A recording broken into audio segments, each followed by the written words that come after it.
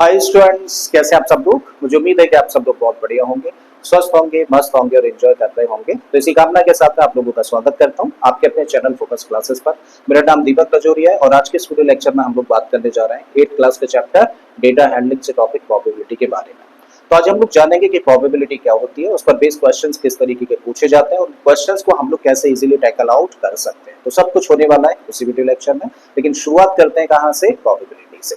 तो सबसे पहले जानते हैं कि प्रोबेबिलिटी बोलते किसको है। तो प्रोबेबिलिटी क्या होती है? What is probability?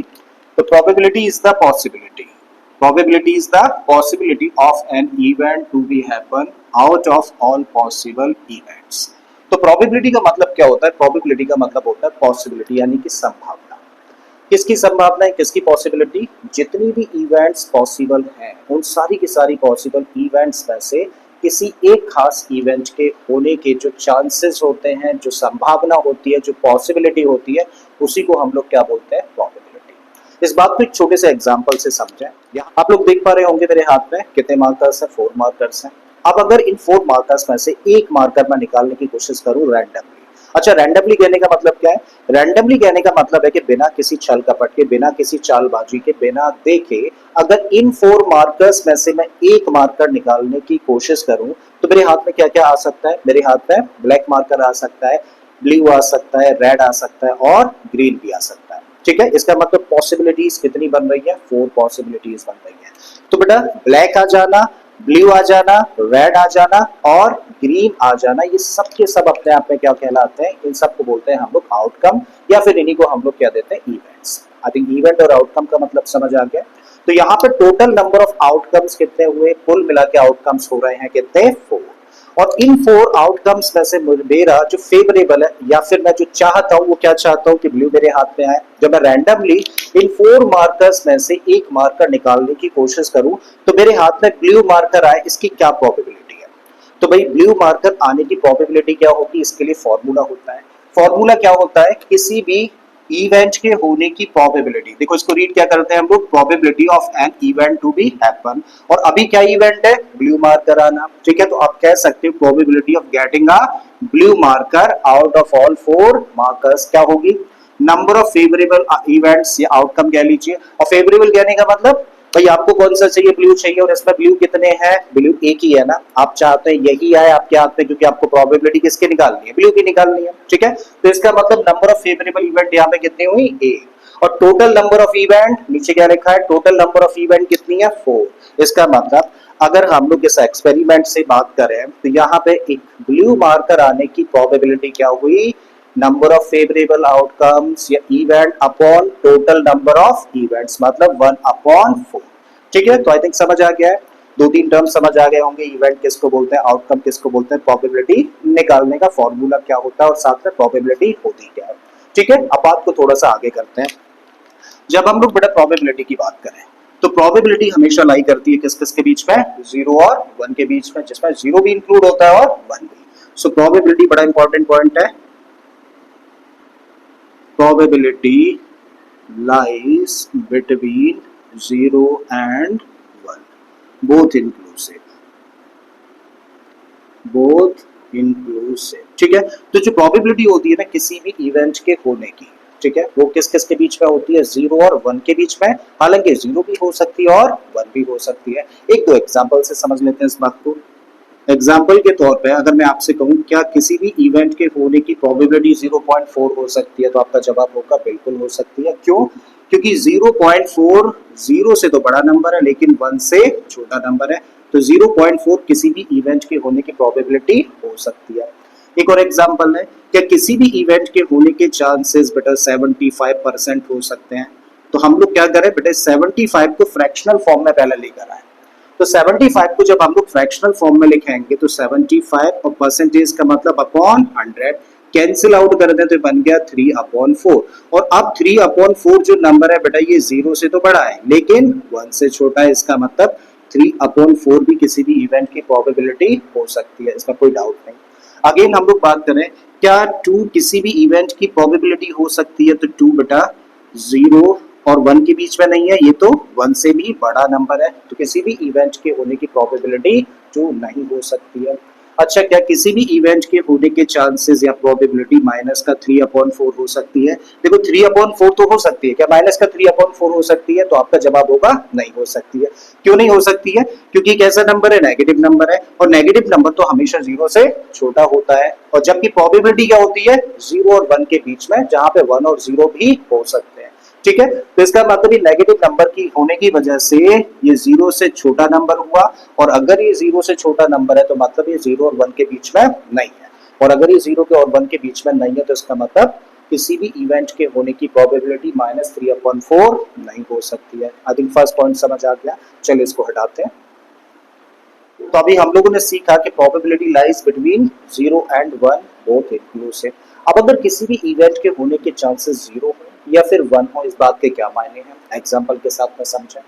सो अगर कभी हम लोग ऑब्जर्व करें कि किसी भी इवेंट के होने के चांसेस 0 हैं, then such an event is called impossible event. बहुत पूछा जाता है क्वेश्चन। ठीक है, क्या बोला? अगर किसी भी इवेंट के होने के चांसेस 0 होते हैं तो इस तरीके की इवेंट को हम लोग क्या बोलते हैं? इम्पॉसिबल इवेंट कहते हैं। तो कोई पूछे इम्पॉसिबल इवेंट क्या होती है, तो भाई ऐसी इवेंट जिसकी प्रोबेबिलिटी 0 होती है, उस इवेंट को हम लोग क्या बोलते हैं? Impossible event. ठीक है, इसको एक एग्जांपल से समझ लेते हैं। आप लोग लूडो खेलते ही होंगे, डाइस आप लोगों ने देखा ही होगा। इस तरीके का डाइस होता है, इसके ऊपर नंबर्स लिखे होते हैं। अच्छा, क्या क्या नंबर्स लिखे होते हैं? इसके ऊपर लिखा होता है 1 2 3 4 5 6। तो कुल मिला के कितने नंबर्स होते हैं? 6 नंबर्स होते हैं। ठीक है, अब जब डाइस के ऊपर 6 नंबर्स होते हैं, जो कि 1 से लेके कहां तक जाते हैं? 6 तक जाते हैं। अब अगर डाइस को आप रोल करें और मैं आपसे कहूं कि भैया इस बार आप इसको रोल करेंगे तो इस बार नंबर 9 आएगा, तो क्या कभी ऐसा पॉसिबल है? एक्चुअली डाइस के अंदर होते ही नंबर्स क्या है? 1 से लेके 6 तक होते हैं, और एक बार आप अगर रोल करें डाइस को तो क्या कभी नंबर 9 आ सकता है? नहीं आ सकता ना, इम्पॉसिबल है।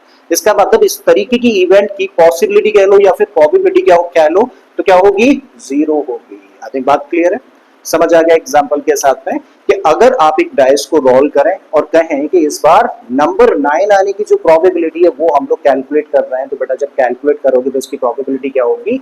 0 होगी, क्योंकि नंबर 9 बेटा एग्जिस्ट करता ही नहीं है डाइस के ऊपर। नंबर्स कहां से कहां तक रहते हैं? 1 से लेके 6 तक रहते हैं। ठीक है, अब दूसरी बात हम लोग कहें, if the probability of an event to be happen is 1, then such an event is called sure event. ठीक है, अगर किसी भी इवेंट के होने के चांसेस या पॉसिबिलिटी या प्रोबेबिलिटी 1 है तो इस तरह की इवेंट्स को हम लोग क्या बोलते हैं? श्योर इवेंट कहते हैं। इसको भी इसी एग्जांपल से समझ लेते हैं। आप डाइस को रोल करते हैं और आप कहते हैं कि इस बार अगर मैं रोल करूंगा ना तो देख लेना नंबर 7 से छोटा ही रहेगा। क्या बोला? कि अभी जो भी नंबर निकल के आएगा ना वो 7 से छोटा नंबर होगा। तो 7 से छोटा नंबर आने की प्रोबेबिलिटी क्या होगी? देखो आपके केस में होगा क्या? इस केस में अगर 1 आ जाए तो भी 7 से छोटा है, 2 आ जाए तो भी 7 से, 3 आ जाए तो भी 7 से छोटा, 4 आएगा तब भी चलेगा, 5 और 6 भी 7 से छोटा नंबर होगा। इस केस में बेटा चाहे कोई भी नंबर विजिबल हो, हमेशा वो नंबर इस कंडीशन को सेटिस्फाई कर देगा ना कि 7 से छोटा नंबर है, और 7 से छोटा नंबर है तो ये पक्का है कि कोई भी नंबर आएगा तो वो 7 से छोटा ही होगा। तो इसकी प्रोबेबिलिटी क्या होगी? इसकी प्रोबेबिलिटी होगी 1। ठीक है, तो इस तरीके की इवेंट को हम लोग क्या बोलते हैं? इस तरीके की इवेंट को हम लोग बोलते हैं श्योर इवेंट। अब बड़ा इंपॉर्टेंट पॉइंट हम लोग डिस्कस करने जा रहे हैं, इस पॉइंट को बड़े ध्यान से समझना। देखो हम लोग पीई से किसको दिखाते हैं? पीई से दिखाते हैं probability of an event to be happen. So probability of an event to be happen plus probability of an event not to be happen is equal to 1। Statement समझ आया? नहीं तो अब समझो भाई, किसी भी इवेंट के होने की प्रोबेबिलिटी, किसी भी इवेंट की होने की प्रोबेबिलिटी और उसी इवेंट, दोबारा से रिपीट कर रहा हूं, किसी इवेंट के होने की प्रोबेबिलिटी और उसी इवेंट के ना होने की प्रोबेबिलिटी का सम हमेशा किसके बराबर होता है? 1 के बराबर होता है। करेक्ट है। अब जैसे सपोज करिए किसी क्वेश्चन में आप लोगों को बोला गया है कि probability of an event to be happen is this, तो बताइए उसकी प्रोबेबिलिटी क्या होगी? ना होने की। इसका मतलब बस क्या करना है, इसी फॉर्मूले का यूज करना है। और अगर हम लोगों को किसी भी इवेंट के ना होने की प्रोबेबिलिटी निकालनी है तो जस्ट क्या करें, इसको करते हैं ट्रांसपोज। तो इसी चीज को चाहे तो क्या लिख सकते हैं, probability of an event not to be happen. देखो ऊपर बार लगा दिया तो इसका मतलब क्या है, not to be happen. So this must be equal to 1 minus probability of an event to be happen। Clear है यहाँ तक? चलिए आगे बढ़ते हैं, बड़ा ही इंपॉर्टेंट कॉन्सेप्ट अब हम लोग डिस्कस करने जा रहे हैं।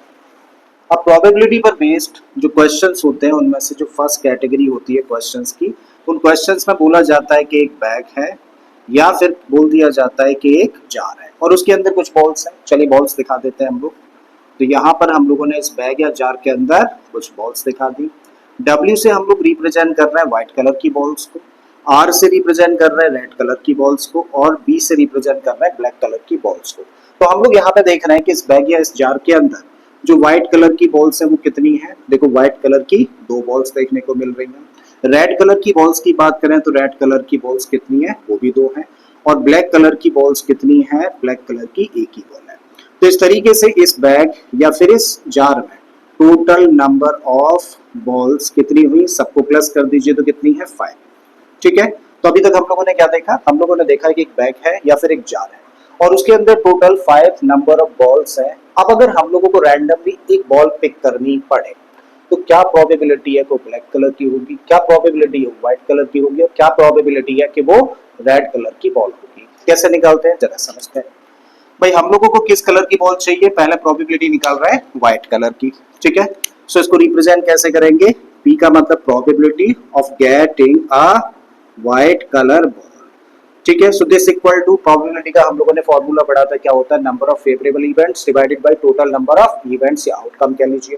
फेवरेबल का मतलब क्या है, आप प्रोबेबिलिटी निकाल रहे हो किसकी, व्हाइट की।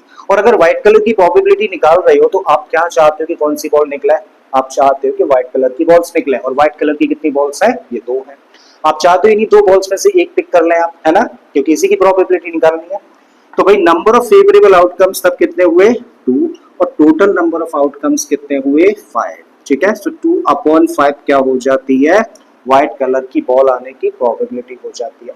बिल्कुल इसी तरीके से अगर प्रोबेबिलिटी निकालें हम लोग रेड कलर की बॉल मिलने की, तो रेड कलर की बॉल्स कितनी है, 2 है, यानी कि फेवरेबल आउटकम्स हुए 2 और टोटल नंबर ऑफ आउटकम्स हो गए 5। तो इस तरीके से रेड कलर आने की प्रोबेबिलिटी हो गई 2/5।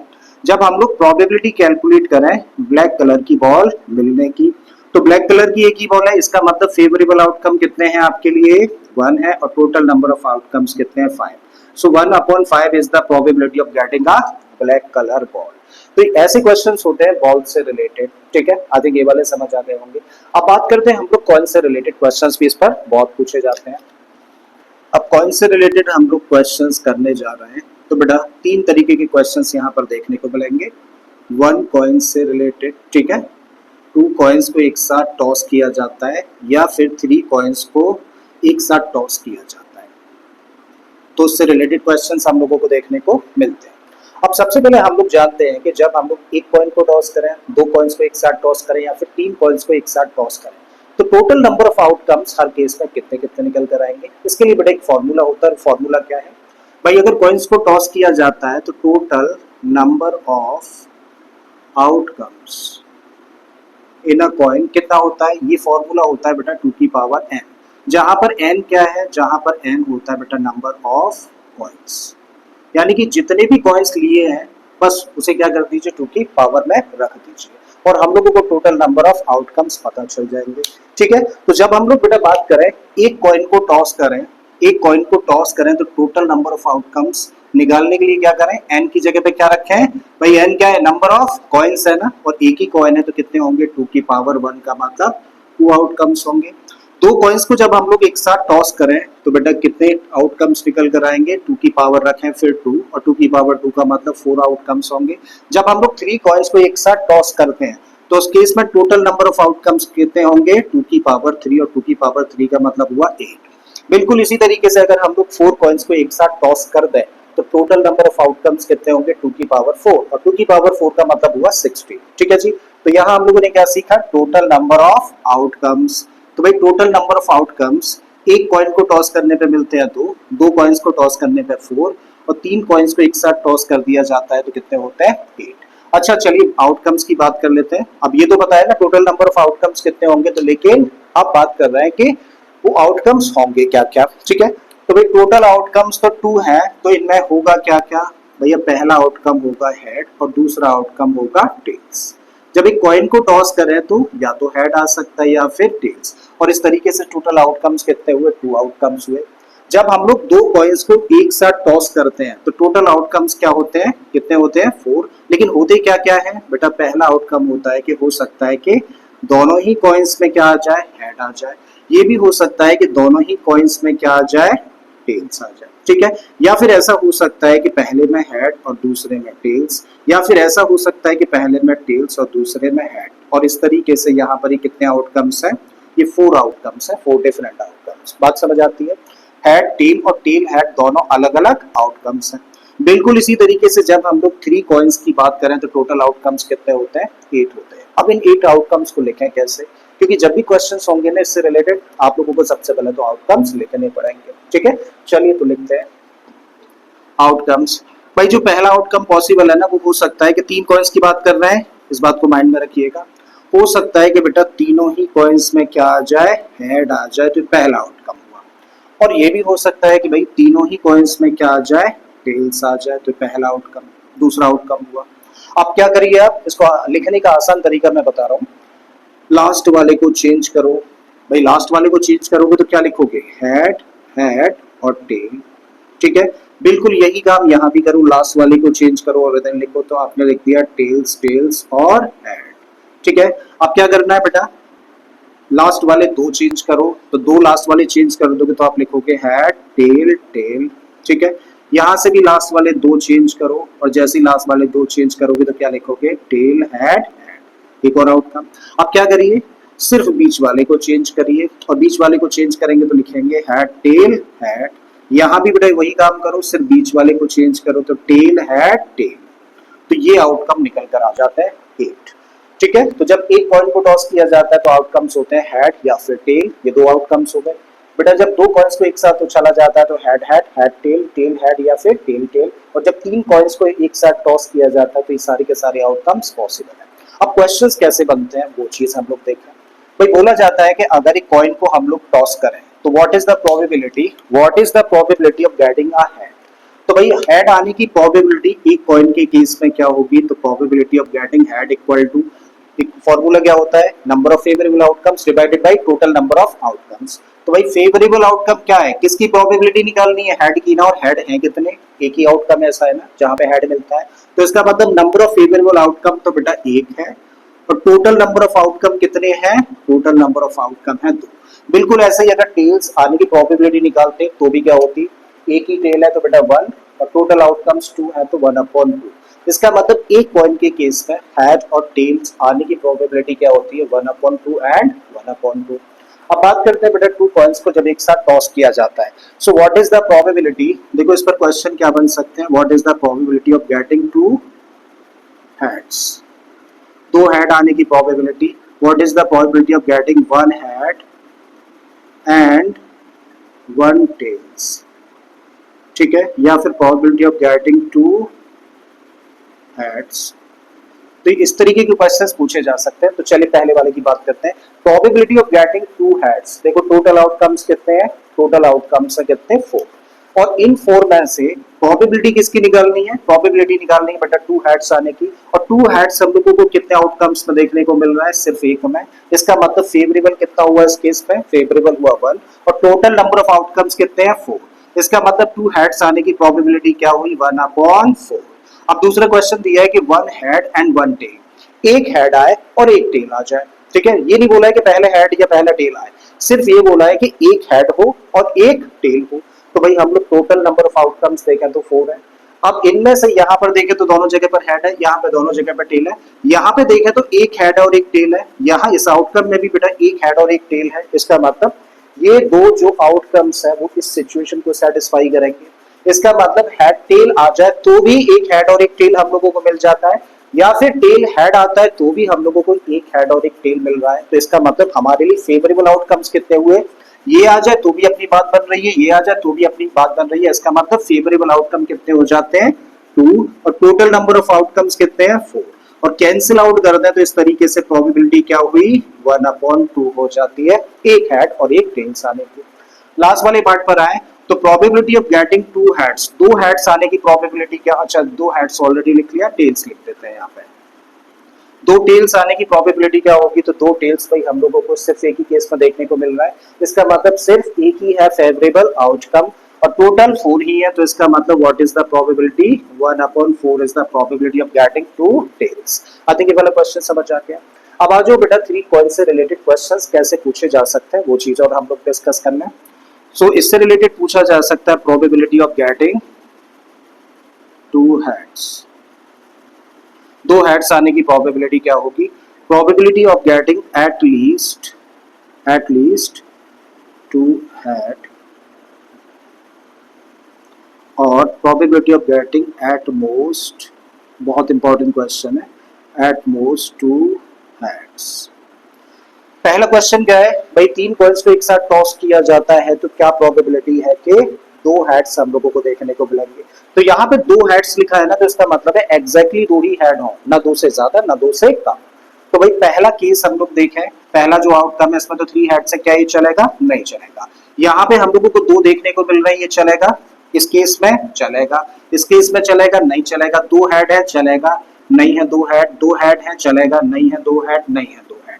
इसका मतलब जब हम लोग बेटा प्रोबेबिलिटी निकाला टू हेड्स मिलने की, एग्जैक्टली टू हेड्स मिलने की, तो क्या होगा, नंबर ऑफ फेवरेबल आउटकम्स कौन कौन से हुए, ये हुआ और ये हुआ, तो कितने आउटकम्स 3 और टोटल आउटकम्स कितने हैं 8 है। तो इसका मतलब इसका आंसर क्या हुआ 3/8 is the probability of getting two heads exactly when 3 coins are tossed simultaneously. अब बेटा ये जो दो पार्ट्स है ना बड़े ही इंपॉर्टेंट है, बड़े ध्यान से समझना। देखो यहाँ पे क्या लिखा है, probability of getting at least to head, और एटलीस्ट का मतलब क्या होता है, एटलीस्ट का मतलब होता है कम से कम, कम से कम। तो क्वेश्चन हम लोगों से कह रहा है कि कम से कम दो हेड हो, मतलब दो से कम नहीं चलेंगे, दो से ज्यादा तो चल जाएंगे, करेक्ट है। इसका मतलब लिमिट कहां पर है, लिमिट है बेटा कम से कम पर। मींस दो से कम, दो का मतलब क्या है कि दो कम से कम हो, दो से कम नहीं चलने वाले हैं, लेकिन दो से ज्यादा भी होंगे तो भी चल जाएंगे, दो भी चलेंगे, ठीक है। तो इसका मतलब जब हम लोग इस केस की बात करें, एटलीस्ट टू हेड्स की बात करें, तो जरा बताइए कौन कौन से फेवरेबल आउटकम्स होंगे। कम से कम दो हेड चाहिए, तो यहाँ तो हम लोगों को 3 मिल रहा है ना, कम से कम के लिए कंडीशन है, ज्यादा से ज्यादा के लिए तो कंडीशन नहीं है, मतलब ये चलेगा। कम से कम दो हेड तो दो है यहाँ पे, कम से कम दो हेड चाहिए, यहाँ पर नहीं है, कम से कम दो हेड है चाहिए, ठीक है। कम से कम दो हेड है नहीं चलेगा, कम से कम दो हेड है दो चलेगा, कम से कम दो हेड, कम से कम दो हेड। इसका मतलब जब हम लोगों को प्रोबेबिलिटी निकालनी है कम से कम दो हेड आने की, तो कितने फेवरेबल आउटकम्स हुए 1 2 3 4 और टोटल 8 है, तो इसका मतलब 4/8 का मतलब हुआ 1/2। अब दूसरा वाला और भी ज्यादा इंपॉर्टेंट है, यहां लिखा है at most two heads. At most का मतलब ज्यादा से ज्यादा, एट मोस्ट टू हेड्स, इसका मतलब ज्यादा से ज्यादा, ज्यादा से ज्यादा दो हो, मतलब लिमिट ज्यादा से ज्यादा पर है, दो से ज्यादा ना हो, दो तक चलेगा, लेकिन दो से ज्यादा नहीं होने चाहिए, लेकिन दो से कम चलेंगे। दो से कम कहने का मतलब क्या, एक भी चलेगा और एक ना भी हो तो भी चलेगा। और समझ आ रहा है ना। तो भाई अब हम लोग कर रहे हैं एट मोस्ट टू हेड्स की बात, तो जरा बताइए कौन कौन से आउटकम्स आपके लिए फेवरेबल होंगे इस कंडीशन में। ज्यादा से ज्यादा दो हेड, लेकिन यहाँ तो दो से भी ज्यादा है तो ये चलेगा नहीं चलेगा। ज्यादा से ज्यादा दो चलेंगे, ज्यादा से ज्यादा दो हो कम हो तो भी चल जाएगा, तो इसका मतलब ये चलेगा। ज्यादा से ज्यादा दो होने चाहिए, चलेगा। ज्यादा से ज्यादा दो, यहाँ तो एक ही है, चलेगा। ज्यादा से ज्यादा दो, दो ही है, चल जाएगा। ज्यादा से ज्यादा दो चलेगा, और ज्यादा से ज्यादा दो होने चाहिए, कम कितने भी हो तो भी चल जाएंगे, लेकिन ज्यादा नहीं चलेंगे। इसका मतलब ये भी आपके लिए फेवरेबल आउटकम होगा। इस तरीके से फेवरेबल आउटकम कितने हुए, फेवरेबल आउटकम हो जाते हैं 7 और टोटल आउटकम्स कितने हो जाते हैं 8। सो what is the probability 7/8 is the probability of getting at most 2 heads, ठीक है। तो मुझे उम्मीद है कि आप लोगों को कॉइन्स से रिलेटेड क्वेश्चंस भी समझ आ गए होंगे, किस तरीके के क्वेश्चंस पूछे जाते हैं और कैसे इनको हम लोग टैकल आउट करते हैं, ठीक है। अब बात करते हैं थोड़ा सा हम लोग कार्ड्स के बारे में। चलिए बोर्ड साफ करते हैं और कार्ड्स का कॉन्सेप्ट स्टार्ट करते हैं। अब बेटा कार्ड्स का कॉन्सेप्ट हम लोग डिस्कस करें तो सबसे पहले तो जाना है कि टोटल नंबर ऑफ कार्ड्स कितने होते हैं ताश की गड्डी में, 52 कार्ड्स होते हैं। और ये 52 कार्ड्स बेटा दो कैटेगरीज में डिवाइडेड है, और वो दो कैटेगरीज कौन सी है वो चीज समझे हम लोग। भाई 52 कार्ड्स को दो कैटेगरीज में हम लोगों ने डिवाइड कर दिया, और जो पहली कैटेगरी है वो है ब्लैक कलर कार्ड, इसको क्या देते हैं ब्लैक कार्ड हम लोग। ठीक है, तो पहली कैटेगरी कार्ड्स की क्या निकल कर आई, ब्लैक कार्ड। 52 कार्ड्स के दो हिस्से कर रहे हैं, तो पहले हिस्से में कितने कार्ड्स हुए, 26 कार्ड हुए। बिल्कुल इसी तरीके से बेटा जो दूसरी कैटेगरी है उसके अंदर होते हैं रेड कलर कार्ड, तो इनको बोल देते हैं हम लोग रेड कार्ड्स। और यहाँ भी कितने कार्ड्स देखने को मिलेंगे, 26 कार्ड्स होंगे। अगेन इन रेड कलर के कार्ड्स की बेटा दो कैटेगरीज निकल कर आती हैं। इसमें बेटा दो कैटेगरीज में जो पहली कैटेगरी हम लोगों को देखने को मिलती है इसको हम लोग बोलते हैं हार्ट्स। ठीक है, और जो दूसरी कैटेगरी है इसको बोलते हैं हम लोग डायमंड्स। सो रेड कलर के कार्ड्स की बेटा दो कैटेगरीज, पहली क्या है हार्ट्स और दूसरी क्या है डायमंड्स। इसके सिंबल की बात करें तो बेटा कुछ ऐसा सिंबल देखने को मिलेगा, ये रेड कलर का होता है। और डायमंड का जो सिंबल होता है वो ईंट होता है, हिंदी में इसको ईंट बोलते हैं और इसको पान बोला जाता है। 26 कार्ड्स को दो कैटेगरीज में डिवाइड किया गया है, इसका मतलब हर एक कैटेगरी में कितने कार्ड्स देखने को मिलेंगे, 13 होंगे हार्ट्स के कार्ड और 13 ही होंगे डायमंड्स के। अगेन बेटा यहाँ भी जो ब्लैक कलर के कार्ड्स हैं इनकी भी दो कैटेगरीज हैं। ब्लैक कलर के कार्ड्स को दो कैटेगरीज में डिवाइड किया जाता है, और पहली कैटेगरी होती है स्पेड। स्पेड, ठीक है, यहाँ स्पेड हुआ, और यहाँ पे हम लोग जो दूसरी कैटेगरी है उसको नेम देते हैं क्लब। सो स्पेड का बेटा जो सिंबल होता है वो इस तरीके की डिजाइन हम लोगों को देखने को मिलती है, ये स्पेड है, ब्लैक कलर से प्रिंटेड होता है। और क्लब बेटा कुछ इस तरीके से रिप्रेजेंट किया जाता है, ट्री जैसा, ये ब्लैक कलर का होता है। ठीक है, तो ये क्या है स्पेड और ये क्या है क्लब। अब 26 कार्ड्स को दो कैटेगरीज में डिवाइड किया, तो हर एक कैटेगरी में कितने कितने कार्ड्स होंगे, 13 यहाँ पर और 13 यहाँ पर। तो इस तरीके से आप लोगों ने देखा कि टोटल 52 कार्ड्स थे, और उन 52 कार्ड्स की बेटा 4 कैटेगरीज निकल कर आ जाती हैं, जिनमें पहली कैटेगरी क्या है, स्पेड है, फिर क्लब है, फिर हार्ट्स है, फिर डायमंड्स है। और हर एक कैटेगरी के अंदर 13 कार्ड्स होते हैं। अब इन 13 कार्ड्स की भी हम लोग बात करें तो 13 कार्ड्स में क्या देखने को मिलता है भाई, जब हम लोग इन 13 कार्ड्स की बात करें तो इन 13 कार्ड्स में हम लोगों को देखने को मिलेगा, सबसे पहले एक कार्ड होगा जिस पर क्या लिखा होता है ए, और इसको हम लोग बोलते हैं एस। क्या बोला जाता है, एस बोला जाता है। फिर हम लोगों को देखने को मिलेगा नंबर 2, 3, 4, 5, 6, 7, 8, 9 और 10। तो ये सारे के सारे बाकी क्या है, नंबर कार्ड्स हैं। इसके अलावा हम लोगों को देखो, ये तो कितने कार्ड्स हुए अभी, 10 कार्ड्स हुए ना, 3 कार्ड्स और होते हैं, जिनमें से जो सबसे पहला कार्ड है उस पर लिखा होता है जे, और इसको हम लोग बोलते हैं जैक। एक कार्ड होता है जिस पर लिखा होता है क्यू, और इसको हम लोग कहते हैं क्वीन। और लास्ट में कार्ड होता है जिस पर लिखा होता है के, और इसको बोला जाता है किंग। जे, क्यू और के जिन भी कार्ड्स पर लिखा होता है उन कार्ड्स पर बेटा एक फेस भी बना होता है, इसलिए इन सारे के सारे कार्ड्स को हम लोग क्या कहते हैं, इन्हीं कार्ड्स को हम लोग फेस कार्ड भी बोल देते हैं। ठीक है, एस पर बेटा कोई भी फेस नहीं होता है, इसलिए उसको फेस कार्ड की कैटेगरी में नहीं रखा जाता है। तो इसका मतलब जैक, क्वीन और किंग कैसे कार्ड्स हैं, फेस कार्ड्स हैं। और अब अगर हम लोगों ने ये चीज समझ ली है तो अब हम लोग कार्ड से रिलेटेड जितने भी क्वेश्चंस हैं बड़ी आसानी से कर पाएंगे। कुछ एक क्वेश्चंस आप लोगों के सामने रखने की कोशिश करता हूँ। जैसे हम लोगों को बोला कि ताश की एक गड्डी है, और उस ताश की गड्डी में हमें प्रोबेबिलिटी निकालनी है ऑफ गेटिंग अ क्वीन। एक क्वीन आने की प्रोबेबिलिटी क्या होगी, तो भाई हम लोगों को क्वीन लेके आनी है ना, उसकी प्रोबेबिलिटी निकालनी है। तो देखो टोटल नंबर ऑफ आउटकम्स कितने होंगे, कार्ड्स कितने हैं, 52 है ना, यानी कि 52 कार्ड्स में से रैंडमली निकाला जाए तो कोई भी कार्ड आ सकता है, तो टोटल नंबर ऑफ आउटकम्स से कितने, 52। और हमें क्या चाहिए, क्वीन चाहिए। और क्वीन की बात करें तो बेटा यहाँ पे देखिए 13 कार्ड्स में ये सारे के सारे कार्ड्स देखने को मिलते हैं, और इन 13 कार्ड्स में कितनी क्वीन होती है, एक। इसका मतलब एक क्वीन होगी यहाँ पर, एक इस कैटेगरी में, एक इसमें और एक इसमें, तो कुल मिला के कितनी क्वीन हो जाती है, हर एक कैटेगरी में एक एक क्वीन है ना, तो इसका मतलब सारी की सारी कैटेगरीज में मिलाकर कितनी क्वीन हो जाती है, 4। तो हमें भाई कोई सी भी क्वीन आ जाए, चाहे वो स्पेड की हो, क्लब की हो, हार्ट्स की हो या फिर डायमंड्स की हो, ये नहीं बोला है कि किस कलर की चाहिए, ये भी नहीं बोला है कि किस पर्टिकुलर कैटेगरी की चाहिए, हमें तो सिर्फ इतना बोला है कि क्वीन होनी चाहिए। और क्वीन होनी चाहिए तो ऐसी क्वीन कितनी हो सकती है, 4 क्वीन है। इसका मतलब फेवरेबल आउटकम कितने हुए, 4। और total number of outcomes 52 cancel out कर दो, तो क्या आ गया, 1/13। लेकिन इसी क्वेश्चन में अगर ऐसे बोल दिया जाए what is the probability of getting a red queen, इसका मतलब अब सिर्फ क्वीन नहीं चाहिए, कैसी होनी चाहिए क्वीन, रेड। और रेड कलर की क्वीन कितनी होंगी इन 52 कार्ड्स में, बेटा रेड कलर की क्वीन या तो इस कैटेगरी में देखने को मिलेगी या फिर इस कैटेगरी में। इसका मतलब रेड कलर की क्वीन की अगर हम लोग बात करें तो कितनी होंगी, दो क्वीन होंगी। और टोटल नंबर ऑफ कार्ड्स कितने हैं 52। इसका मतलब क्या होगी प्रोबेबिलिटी 2/52, कैंसिल आउट कर देंगे तो 1/26। एक क्वेश्चन और करें, what is the probability of getting a face card, probability of getting a face card. देखो फेस कार्ड हर कैटेगरी में कितने होते हैं, तीन तीन फेस कार्ड होते हैं। तो तीन फेस कार्ड बेटा इस कैटेगरी में देखने को मिलेंगे, तीन यहाँ पर होंगे, तीन यहाँ पर और तीन यहाँ पर। तो कुल मिला के फेस कार्ड कितने हो गए, फेस कार्ड्स हो जाते हैं बेटा 12। टोटल कार्ड्स कितने हैं 52। तो what is the probability 12/52, cancel out कर देंगे तो 3/13 हो जाती है फेस कार्ड आने की प्रोबेबिलिटी। अब एक और क्वेश्चन ले लेते हैं, what is the probability of getting a red colour face card. अब फेस कार्ड होना चाहिए लेकिन कैसा, रेड कलर का। तो रेड कलर का फेस कार्ड बेटा इस कैटेगरी में देखने को मिलेगा या फिर इस कैटेगरी में।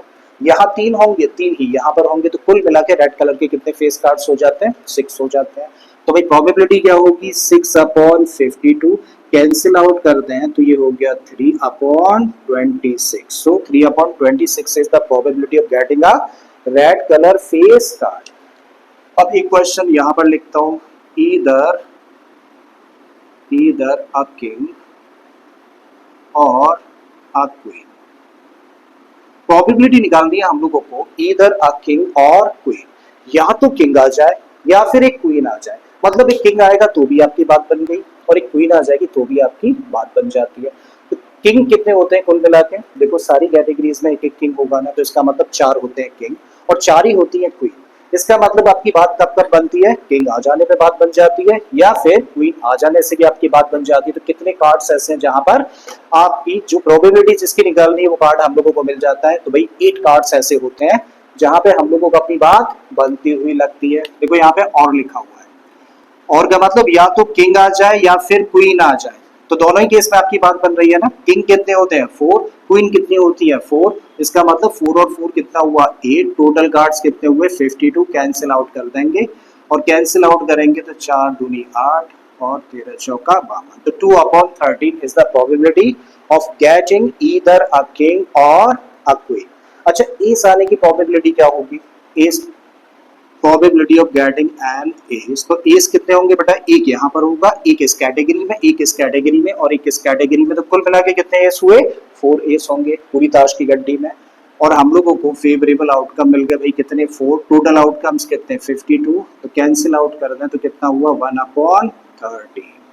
ठीक है, और कुछ निकालते हैं चलिए, what is the probability of get black card. तो ब्लैक कार्ड मिलने की क्या प्रोबेबिलिटी होगी, तो देखो हम लोगों को सिर्फ क्या बोला है ब्लैक कार्ड, और ब्लैक कार्ड्स देखें तो कितने हैं 26 हैं। इसका मतलब इन 26 में से कोई भी आ जाए हम लोगों की बात बन जाएगी। हमें ब्लैक कार्ड की प्रोबेबिलिटी निकालनी है ना। इसका मतलब फेवरेबल आउटकम कितने हुए 26, टोटल आउटकम कितने हैं 52। सो what is the probability 26/52, cancel out करते हैं तो कितना हुआ 1/2 और ये आंसर हो गया। ठीक है, तो मुझे उम्मीद है स्टूडेंट्स कि आप लोगों को प्रोबेबिलिटी का कॉन्सेप्ट अच्छे से समझ आ गया होगा और जो आज हम लोगों ने सीखा है काफी हद तक हम लोगों को हेल्प करने वाला है आगे क्वेश्चंस करने में। ठीक है, अगर आप लोगों को सचमुच में समझ आया तो प्लीज वीडियो को लाइक कर दें, चैनल को सब्सक्राइब कर लें अगर आपने अभी तक इस चैनल को सब्सक्राइब नहीं किया है, और अगर हो सके तो इस वीडियो लेक्चर को अपने दोस्तों के साथ में शेयर भी करता है। मैं फिर से आता हूँ इसी तरीके के एक और नया कॉन्सेप्ट लेकर। Till then keep learning and thank you for watching this video.